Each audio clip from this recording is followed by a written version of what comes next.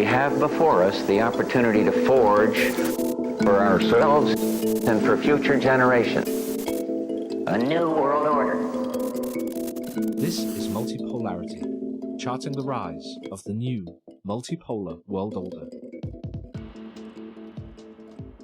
Coming up this week,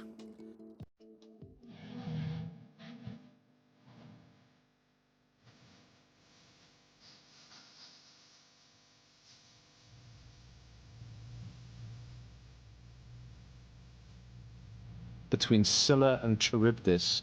At the center of the global American empire, a storm is coming, but it's in the European periphery that the first effects will be most acute. Can anyone steer a path through the rocks? We'll be looking at the chaos in the German auto industry as Volkswagen overruns its cost budget by 20%.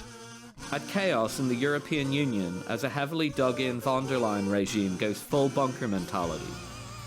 And chaos in merrie, England as the wet wobbler Keir Starmer brings down the final curtain on the special relationship. Between one world and the next, it is America that decides. But it is Europe that is going to have to choose a new future.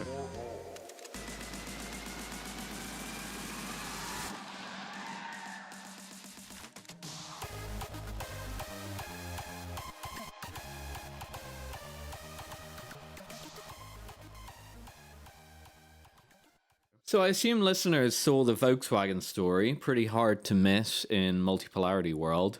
Volkswagen announced that they're closing down at least 3 factories in Germany. They're the first factories ever closed down in Germany by Volkswagen since their founding.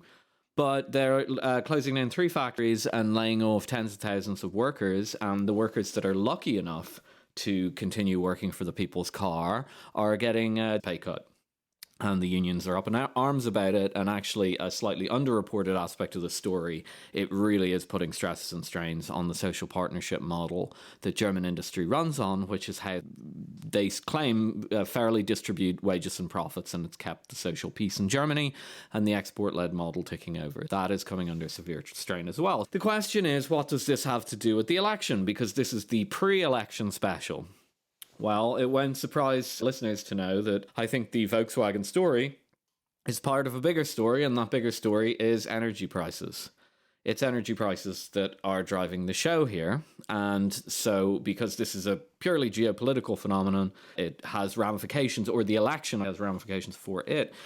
Just to give some evidence, it was the Ukraine war and the energy sanctions that are killing Volkswagen. I looked up and have on my Twitter the largest weekly stock price losses for Volkswagen Group since 2021.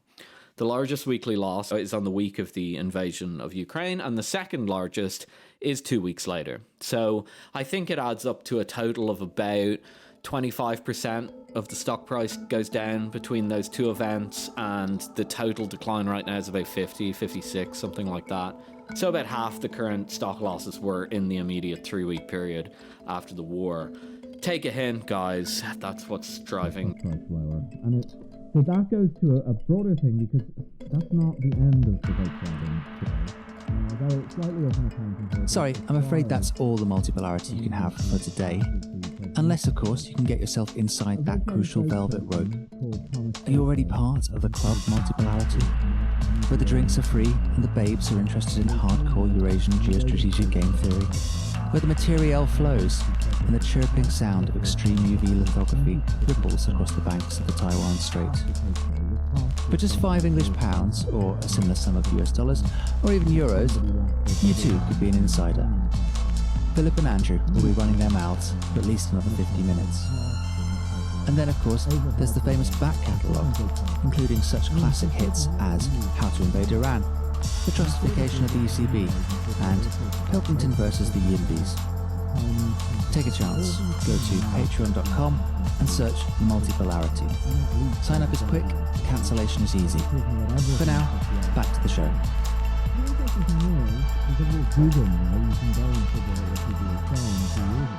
Something like that. So about half the current stock losses were in the immediate 3-week period after the war.